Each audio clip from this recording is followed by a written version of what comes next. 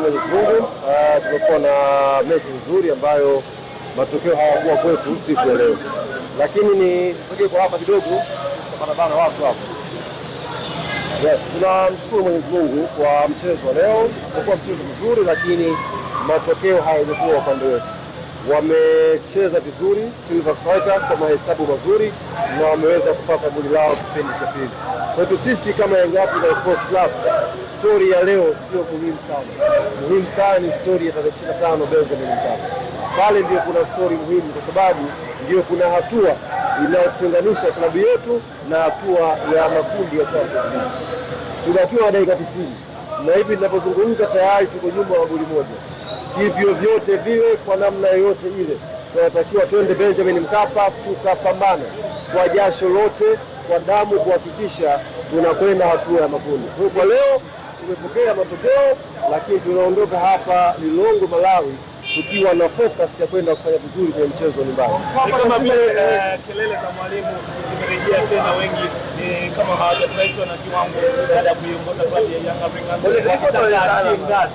Romain Folz anapitia wakati mgumu sana kwa wengi kuamini hana ile nguvu ama kasi ya kuiongoza Young Africans kucheza mchezo. Sio wakati mgumu peke yake, hata mashabiki ambao nao wanasema wanazungumza nao wanapitia wakati mgumu, kwa sababu inawalazimu watoe hayo maoni. Walikuwa wana hope timu yao iweze kushinda leo.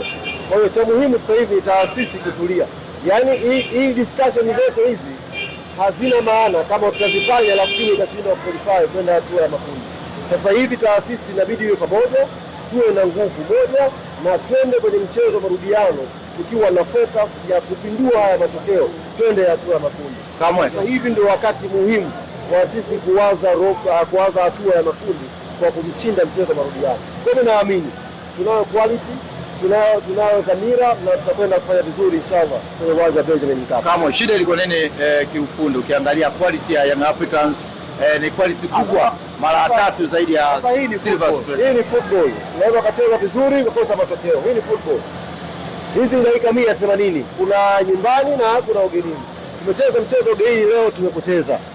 Cha muhimu ni Yanga itakuwa iende hatua ya makundi. Tunakwendaje hatua ya makundi? Kutoka hapa tunakwenda kutafakari hilo nyumbani, tukabadilika. Hii ni dakika 180. So on the way, lazima ucheze kwa mahesabu.